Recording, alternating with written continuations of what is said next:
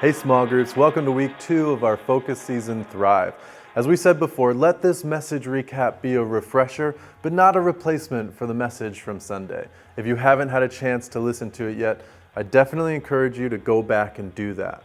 This week we talked about the fact that relationships were necessary for thriving. And we used Ecclesiastes chapter 4 verses 7 to 12 to pull out 4 principles for spiritual friendships. Then we shared 3 ways to prepare ourselves for those friendships.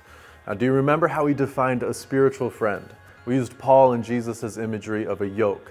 Paul tells us to be equally yoked. Now, a yoke is a harness that attaches 2 oxen so they can bear the burden and pull the plow together.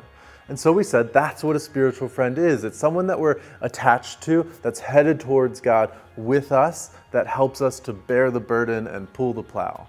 In other words, they help us to obey Jesus and to do ministry. And so here's what we learned from that passage in Ecclesiastes. Number 1, spiritual friendship is messy but meaningful. And when you read that whole passage, it's clear that living in isolation is meaningless. And that while friendships can make life inconvenient and messy, they're also what makes life meaningful. Number 2, spiritual friends help us up when we fall. Remember, this is a 2-way street, right? We help each other.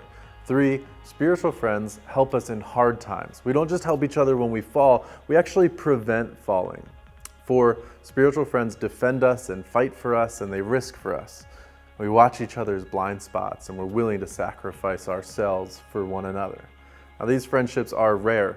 After all, only 2 oxen can be yoked together.